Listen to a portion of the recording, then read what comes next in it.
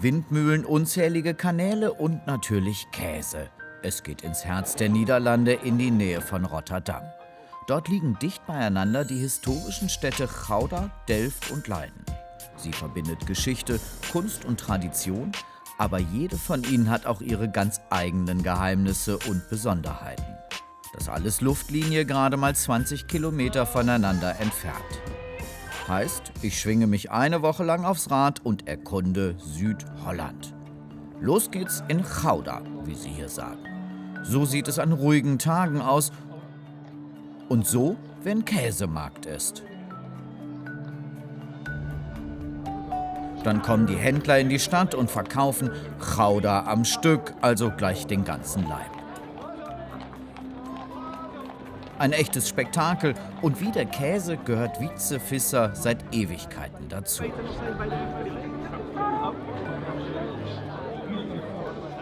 Warum kennt man Gouda? Omdat man Gouda Käse kennt, ja. Darum ist Gouda Käse weltberühmt. Darum kommen die meisten Leute von überall auf die Welt kommen nach Gouda, um zu sehen, wie das war. Und das war super. Seit mehr als 600 Jahren geht das nun schon so.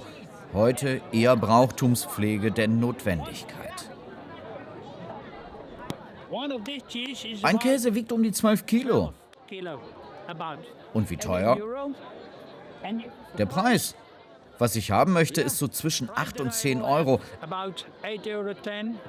Aber manchmal ist es schwierig, dann musst du einen Deal machen mit den Händen für einen guten Preis.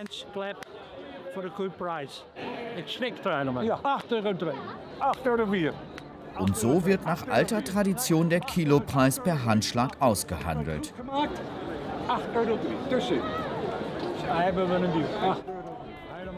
Für 8,04 € wechselt das Kilo den Besitzer. Und wer von beiden ist nun zufrieden?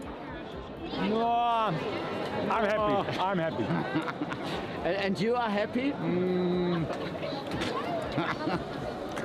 Not much. Man einigt sich halt. Verkauft wird im Übrigen nur an Händler, doch reichlich Auswahl über den Gouda hinaus gibt es an den Ständen, die nicht nur von Touristen aufgesucht werden. Der ist besser als im Supermarkt. Holländischer Käse vom Land hat mehr Geschmack und ist cremiger.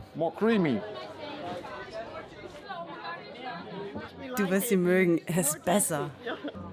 Die Kids scheinen noch nicht so überzeugt. Kommt bestimmt noch. Gegen Mittag ist dann Schluss. Im 12-Kilo-Takt wird abgeräumt. Und das jeden Donnerstag in den Sommermonaten. Aber selbst wenn kein Markt ist, ist Gouda mehr als nur Käse. Früher mehr denn heute waren die Kanäle für Gouda eine wichtige Lebensader. Schiffe transportierten wertvolle Fracht und machten Halt an der Mallegaatslös. Hier bin ich mit Pieter Wokkens verabredet, der ein ganz besonderes Museum betreut. Wir sind hier im Museumshafen von Gouda, einer von den ältesten Museumshafen in Holland. Der Gouda viel Reichtum brachte. Schiffe, die damals über die Kanäle nach Amsterdam wollten, die kamen nur vorbei, wenn sie Zoll zahlten. Und einige von ihnen blieben für immer. Es sind alles Museumsschiffe, das sind etwa 22. Und die werden auch alle bewohnt. Auch Pieter wohnt auf einem und weiß nur allzu gut, an den über 100 Jahre alten Transportschiffen muss ständig was gemacht werden. Deswegen gibt es sogar eine kleine Werft. Heute wie damals, als viele Schiffe noch anlegten. Es gab sehr viel Industrie in Gouda. Es gab Keramikindustrie, Gouda-Kerzen waren sehr berühmt. Also es gab vieles, was die Schiffe hier transportiert haben. Besuch bei Tjelling Hokamp.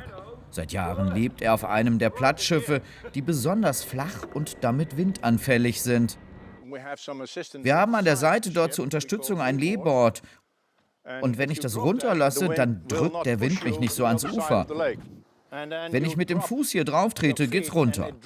In den engen Kanälen, so erklärt er mir, sind die Schwerter wichtig, um auf Kurs zu bleiben. Komm rein, das war das Zuhause. Küche, Wohnzimmer, Schlafzimmer, alles in einem. Das war alles an Wohnung. Der Ofen war zum Kochen, zum Heizen, für alles Wichtige und der funktioniert auch noch.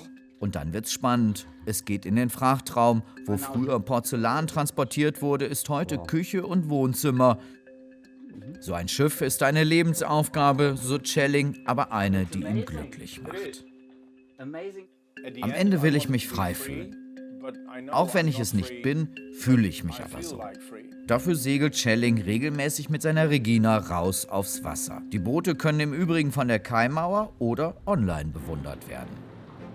Zurück in die City, zurück zu einer weltweiten Spezialität für Jung und Alt. In diesem historischen Giebelhaus am Marktplatz.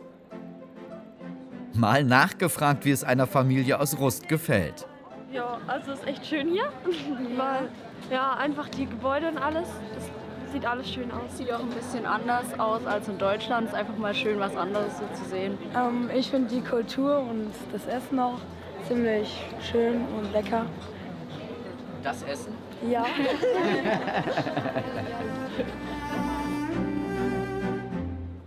Hello. Hello. Nice to meet you. Thank you. Kennst du die Sirupwaffeln? Vielleicht die Stroopwaffeln, aber nicht die Sirupwaffeln. Und die sind so berühmt? Na klar, die werden nach einem Geheimrezept von 1810 gemacht. Dann probiere ich mal. Ist es nicht umwerfend? So lecker. Wie sie hergestellt werden? Im selben Gebäude weiter hinten kann man sich das anschauen. Und zwar ganz dicht dran an der Leckerei. Pro Stunde machen wir 1800 Waffeln. Schau, da kommen sie raus. Die sind fertig und müssen jetzt nur noch abkühlen. Aber ich erzähle dir jetzt nicht, wie viel wir von allem reinpacken. Also an Mehl, Zucker. Nee, das ist ein Geheimnis. Ein wohlgehütetes Geheimnis seit über 200 Jahren. Enge Gassen, die typischen Grachtenhäuser. In Gouda leben gerade mal 75.000 Menschen und dennoch wurde hier Geschichte geschrieben. Damals, im 16. Jahrhundert, regierte Spanien. Das reiche Land war katholisch. All das änderte sich plötzlich. Wie und warum, erklärt mir der Historiker Paul Abels. Willkommen hier in dieser besonderen Kirche. Es ist die längste Kirche von den Niederlanden, 123 Meter lang. Und es gibt sehr interessante Sachen da innen. Das ist schon ein besonderes Gefühl, in die Sint-Janskerk zu schreiten. Zunächst wurde sie 1600 als katholische Kirche geweiht. Das änderte sich durch den 80-jährigen Krieg. Und dann kam die Reformation und in alle holländischen Kirchen war das geschehen. Da wurden die alle katholische Sachen wurden rausgeholt, aber hier hat man die Gläser, die Fenster hat man in Ruhe gelassen. Und deshalb haben wir jetzt einen großen Schatz von farbigen Gläsern. Die zählen die ganze Geschichte von Holland. Dieses Fenster spendete der spanische König und als die Janskerk protestantisch wurde, weil die Niederlande den Aufstand begehrten, wurden neue Geschichten in Farbe erzählt. Und hier sieht man dann Willem van Oranien. Das ist unser Vater des Vaterlands, die Leiter der Aufstand gegen Spanien. Wie bei der Belagerung der Nachbarstadt Leiden, bei der die Spanier kläglich scheiterten. Man hat das Land ganz unter Wasser gesetzt. Man hat die Deiche durchstochen, die Deiche, und dann hat das Delfland war ganz unter Wasser und dann konnten die spanischen Soldaten, die konnten nichts mehr, die konnten mit diesen schweren Kanonen und so weiter, konnten nichts mehr und die sind abgehauen. Und die Niederlande entstanden.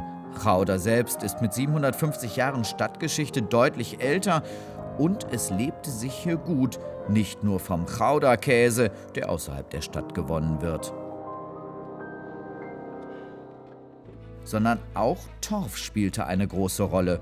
Der wurde hier im 18. Jahrhundert gestochen. Schon toll. So idyllisch. Die Löcher füllten sich mit Wasser und es entstanden die Reeuwijkser Seen. Mit vielen unterschiedlichen Vogelarten und Wassersportmöglichkeiten. Hier entlang zu radeln, vorbei an insgesamt 13 Seen, ist schon toll.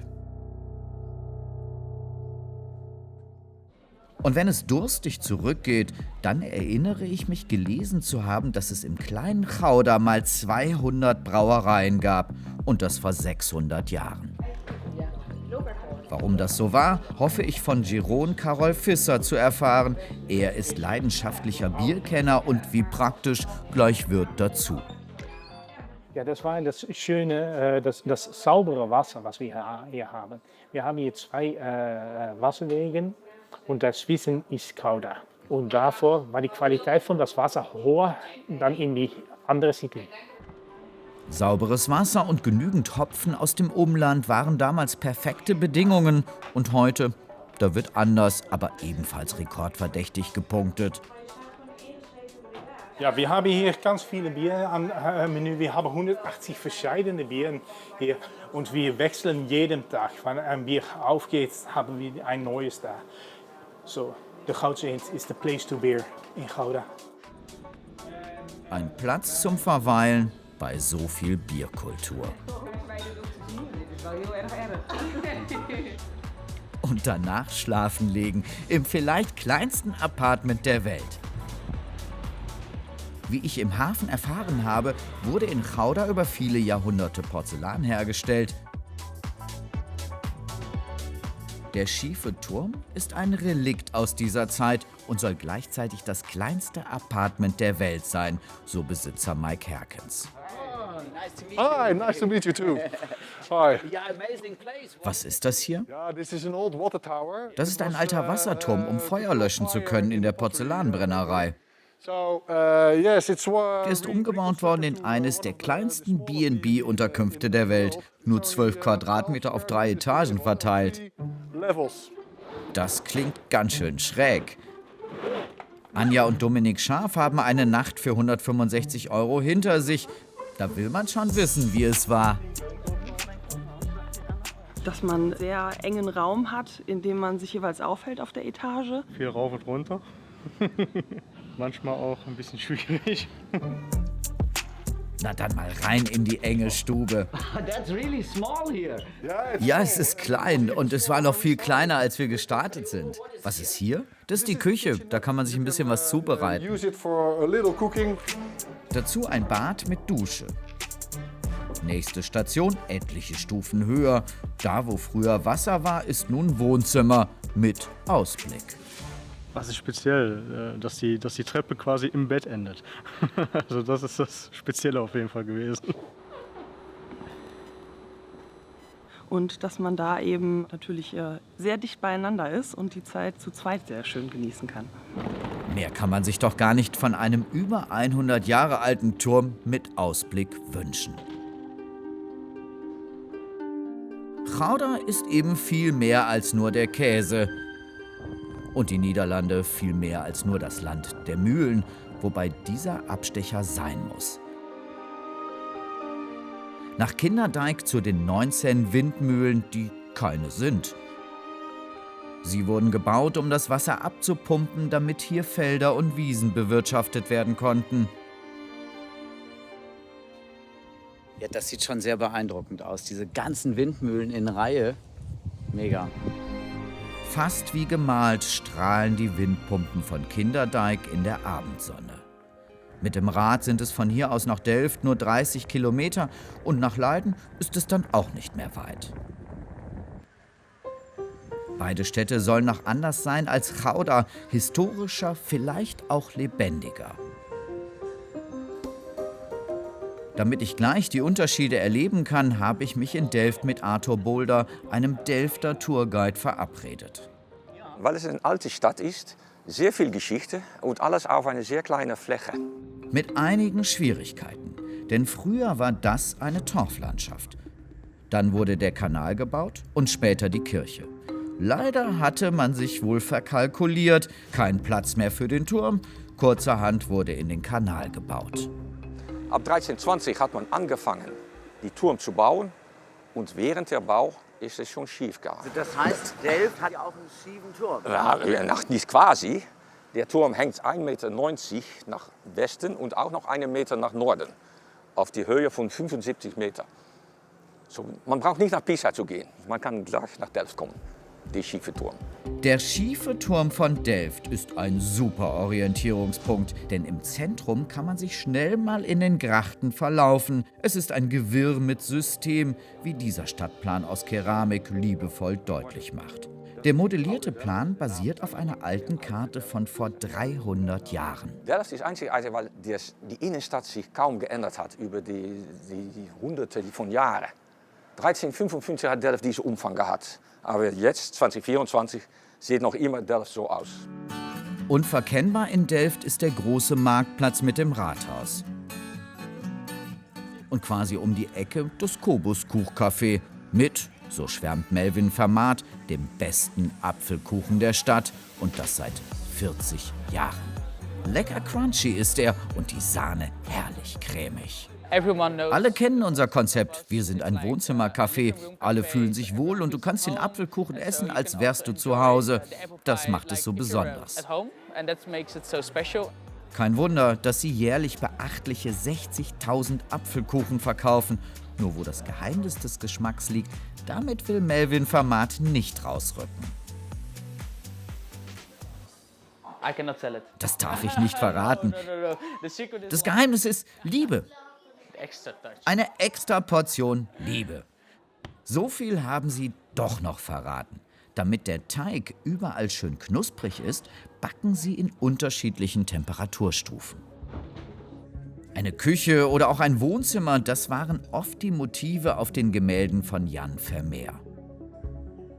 Der berühmte niederländische Maler lebte in Delft. Viel ist nicht über ihn bekannt, dennoch ist er ganz eng verbunden mit der Stadt. Warum? Das möchte ich von Tourguide Luc van Riet erfahren. Delft hat auch etwas zu tun, dass es noch immer anerkannt wird als die Perle unter die holländischen Städte. Und Vermeer mit seinen Gemälden. Wenige davon Landschaftsbilder. All die Bilder, die hier hängen, sind zwar nicht echt, dafür ist es die vollständige Sammlung. Vermeer malte, soweit bekannt, nur 37 Bilder. Und das berühmteste ist wohl das Mädchen mit dem Perlenohrring. Die Ausdruck von dieser Frau ist derartig international, dass man so sagt, das ist von aller Zeiten. Es könnte nicht nur von dem 17. Jahrhundert, aber es könnte auch von heute sein, dass die Frau sich so natürlich anguckt. Man sagt, dass diese Gemälde genannt die holländische Mona Lisa. Was mich überrascht, nicht nur Jan Vermeer setzt in Delft ein künstlerisches Ausrufezeichen. Da wäre noch das Porzellan, das Delfter Blau. Oder dieses Kunstwerk, noch unbekannt, aber der Künstler Tien Nordenbos stadtbekannt. Das ist das kleinste Museum der Welt. Vielleicht, aber in jedem Fall ein Hingucker. Das ist Kunst. Es war von Holz.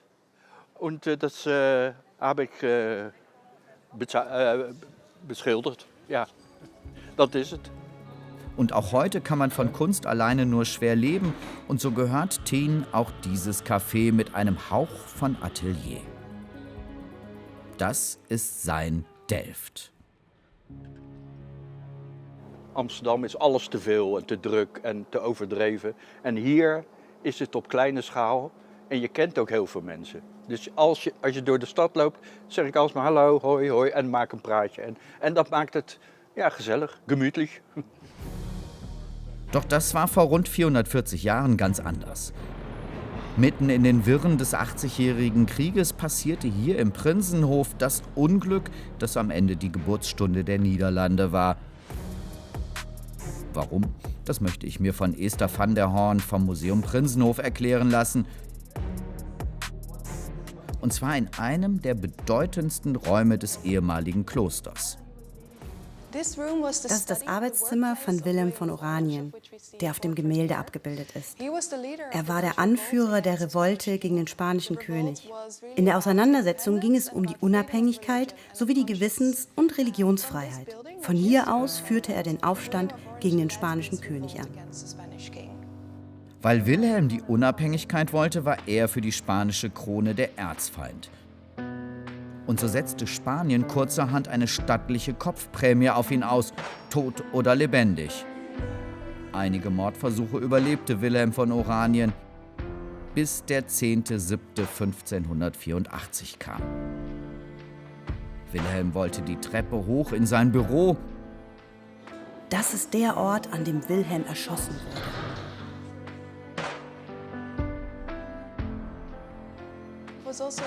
Das hat die Holländer geeint.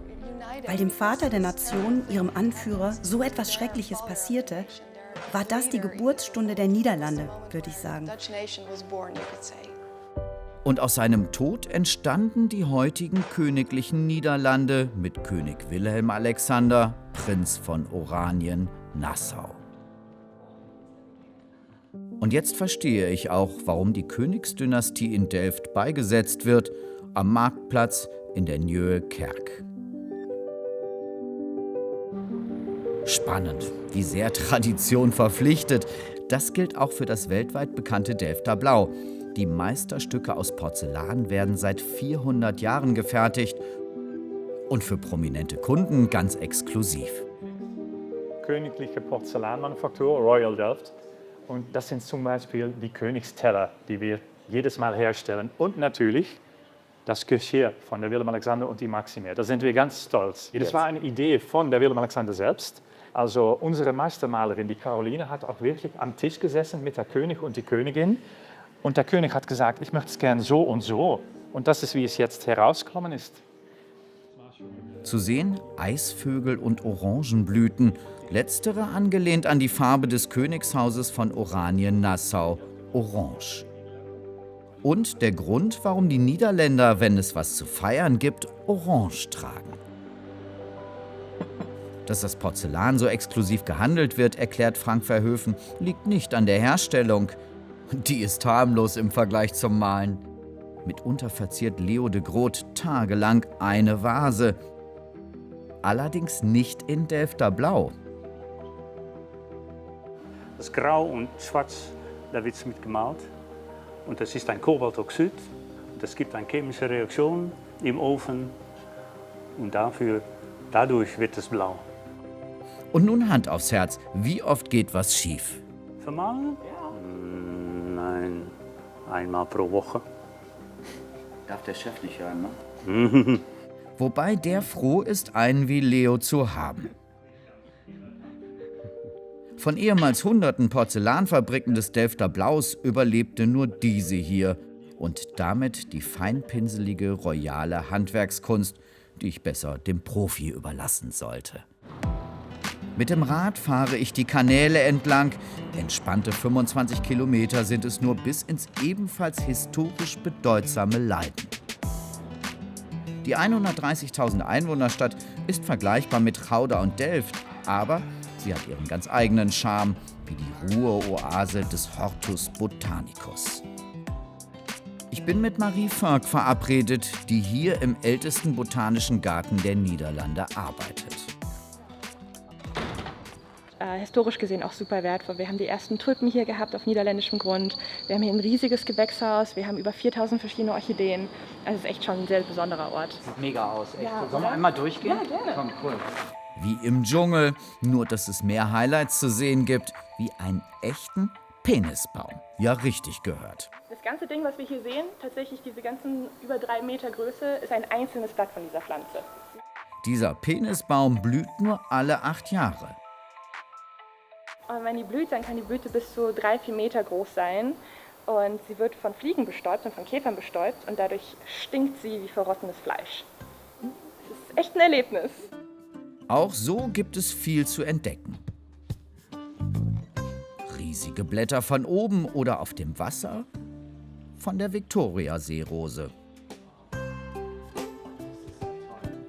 Das ist eine Seerose aus Südamerika. Das ist die größte Seerosenart der Welt. Das ist eine sehr besondere. Und wir haben einmal im Jahr auch einen Abend, da können Familien vorbeikommen, die müssen sich vorher registrieren.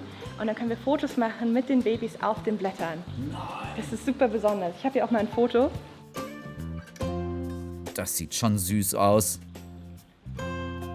Dass es ein Hortus Botanicus in Leiden gibt, ist kein Zufall, denn so erfahre ich, war Leiden seit jeher ein Ort für Wissenschaft und Kunst. Hier wurde die erste Universität der Niederlande feierlich von Wilhelm von Oranien gegründet. Das zog und zieht Wissenschaftler, Denker und Künstler in die Stadt.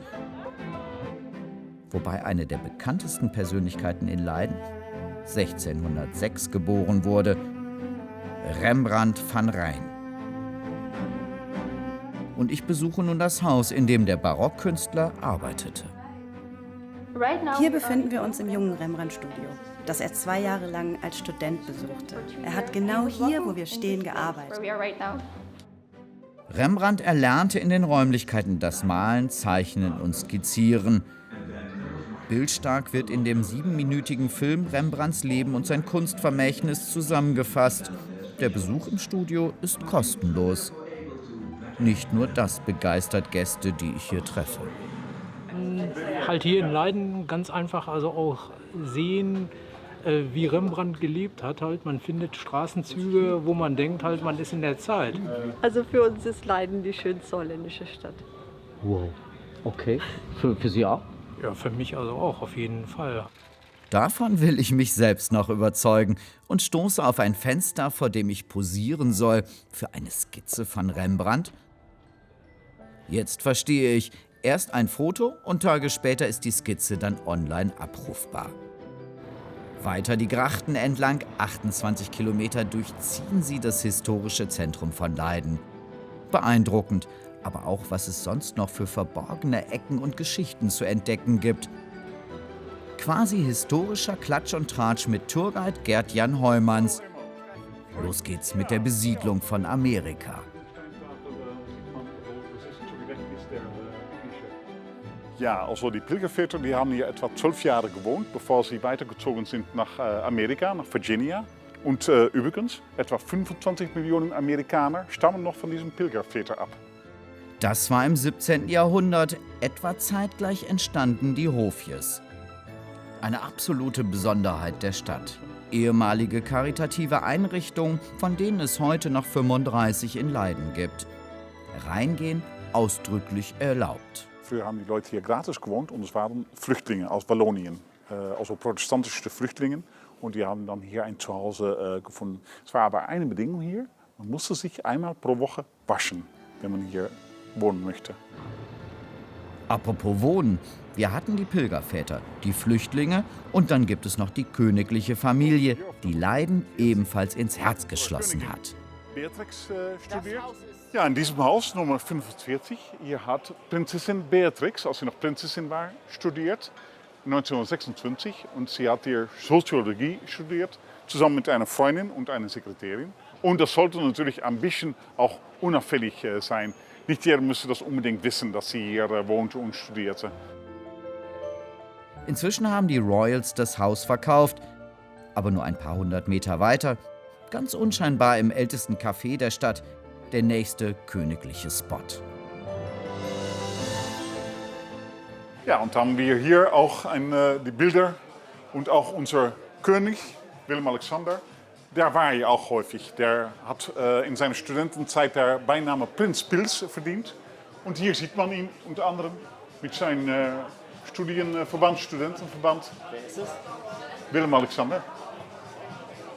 Und da sieht man hier noch, daneben sieht man seine Mutter. Hier ist die Beatrix und hier ist noch Prinz Klaus.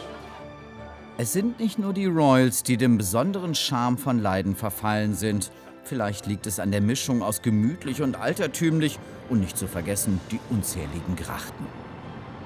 Wobei Gouda und Delft ähnlich und doch ihren eigenen Charme haben. Allerdings sind es nur von Leiden aus gerade mal 12 Kilometer durchs Grüne, um die Niederlande von der schönsten Seite zu erleben. Den Strand der Nordsee und den Blick aufs Meer.